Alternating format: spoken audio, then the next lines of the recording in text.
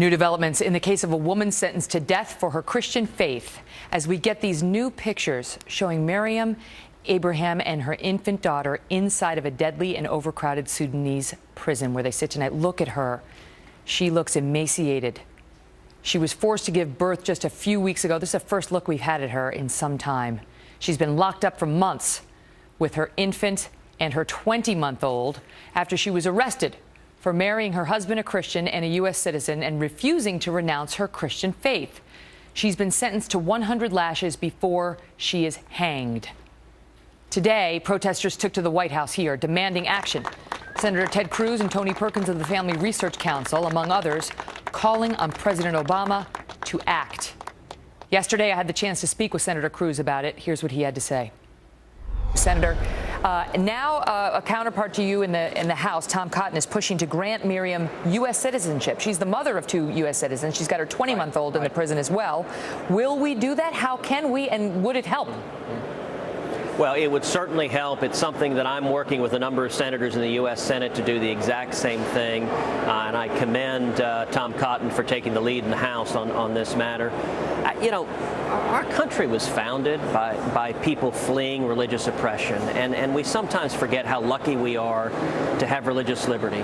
Miriam Abraham is in a Sudanese prison with her toddler son and her newborn baby girl, and she has been sentenced to die for being a Christian. The sentence is that she will be whipped 100 times and then hung by the neck till dead unless she renounces Christ. And Miriam Abraham has said, I will not renounce Christ.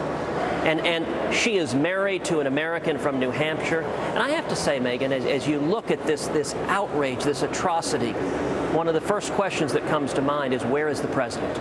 Where is the President of the United States? Why is President Obama not standing up on the world stage and saying, free Miriam Abraham? You are not going to execute this woman for her religious faith, for her Christian faith. You are not going to whip her to death and take her away from her babies who are U.S. citizens, from her husband who's a U.S. citizen. We need American leadership because this is heartbreaking, and we also need the prayers of Americans all across this country. If that appeals court does not do the right thing, this is not going to end well. And the question I had initially was, maybe the State Department is working behind the scenes. They won't really tell us what they're doing. But the husband says, no, they're not. He says he's not getting help on this. Do you believe that to be the case? Well, if the State Department is working behind the scenes, I don't know of it.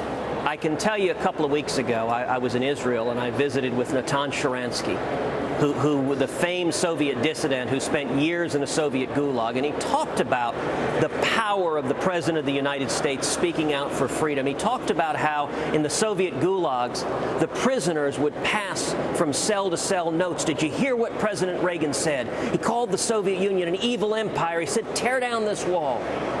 Megan, why isn't the president speaking out against this grotesque violation of religious freedom? This woman is sentenced to death for being a Christian.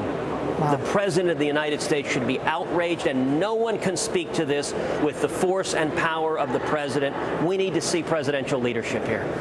We're going to stay on this. 27 years old with 2 babies in a Sudanese prison. Senator, thanks for being here. Thank you. God bless you.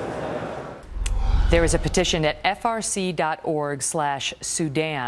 for those who want to weigh in and offer their support of Miriam Abraham and push our government to do something about it.